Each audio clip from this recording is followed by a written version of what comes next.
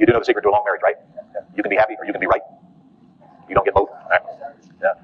All right. So if I'm telling you, if you want to stage them, you're fine. But I'm telling you, don't do it. You don't have time. As long as the house is presentable. Does the house need to be presentable before you start sending lease option tender buyers over there? No, it doesn't. Not if they know that it's not exactly ready to go before they send. Don't surprise them. Don't make them think that it's in gorgeous condition. They go over there and find out it needs some work and decorating. As long as you tell them that up front, telling you that's not a big deal. That does not stop people from lease optioning houses. You will not believe this till you get out in the arena. Let them do the work, but just tell them. In fact, make it sound worse than it is. Make it sound worse than it is. When you go, oh, this ain't near as bad as they describe. We can do this. We can do this on a weekend, honey. And they probably can. Remember, there's a huge difference between somebody who can qualify for a loan and somebody who can't in their thinking process when they're buying a house. When they can qualify, man, they are picky and a pain in the ass. And I'm tired of them. I don't even want to deal with them. They want everything. They want to pick it apart. They want to pick the house apart. They want to negotiate. They want to pay closing costs. They want you to reduce the price. And then by the time you get them to the loan, they go around the corner and find one they like better. You keep them. I don't want them. I've had about 600 of them. That's enough. I paid my dues. Okay, your countertop sales force on the next page. That is kind of important. But frankly, we don't even get that done before they're done most of the time. You should put this stuff on the fact sheet, like on the page, the next page. You see, the page 110 is nothing more than a Craigslist page that Barbara actually created. She's here somewhere for one of our houses. That's my sister. Just a Craigslist page. Good enough. Good enough. Put on the countertop. Okay, dual purpose. Spread it out. You got it. And your next step form, which is the next page, which is critical, and then your application.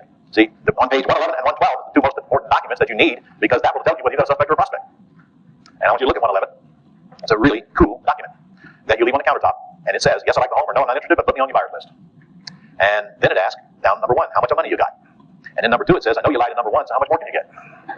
Sort of. And number 3 says, what date do you want to move in? Because if it's 3 months from now, do I have a prospect worth messing with? Nope, waste of time. And then what's the most you can pay per month? Now I know what they have on their mind.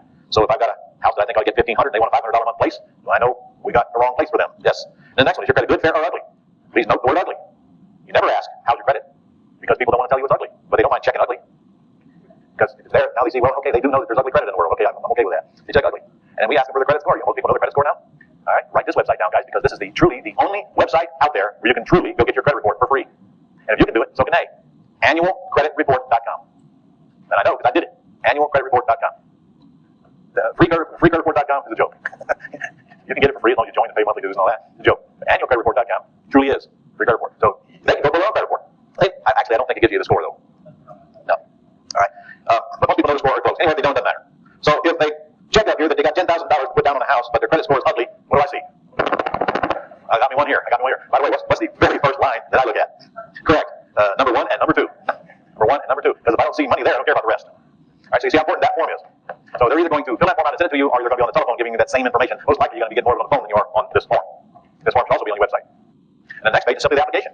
The application, look how short it is. Notice it isn't one of those great big long Fannie Mae 101, 003 forms that takes a year to fill out. Because look, I don't even ask them what their debts are. I don't ask them their monthly payments because truthfully nobody can remember it anyway. And when the credit report is pulled, it'll show what their monthly payments are. And when my mortgage broker, my mortgage originator, or they pull their credit report, you can see their monthly payments. You can easily determine their debt ratio based on that, and not what they say. Nobody's going to tell you what all their payments are. Can you? Can't remember them. I don't care. I don't even ask. But I do ask what their monthly income is. Look down there. Gross monthly salary, and then other monthly income for both husband and wife. That's all I care about. Now I can check their debt ratio.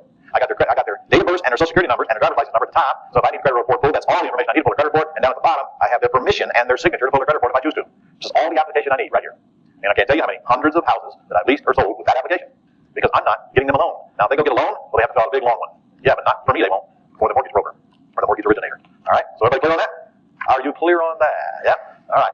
Let me knock out a few questions and we're going to get right back to work, but I've actually got a surprise guest coming in here today. Brian Hansen is here, and he's going to tell us how to get mortgage brokers to send us all the buyers we want with a simple little online technique. And if you remember, Brian is the guy who taught one of the guys who taught our affiliate workshop on how to be Gold Club and affiliate and other products. All right, this says, I use your Pat Live buying script. Do you not think, is your current house currently listed with a realtor? Should be on the script? And the answer is no, because I do not want you to not call them back, because if it happens to be listed with a realtor, you should call them back and see if it's really listed with a realtor, and if they get the realtor to release the listing, if it's a good enough deal that you care. Besides, the less time Pat Live is on the phone, the cheaper your bill will be.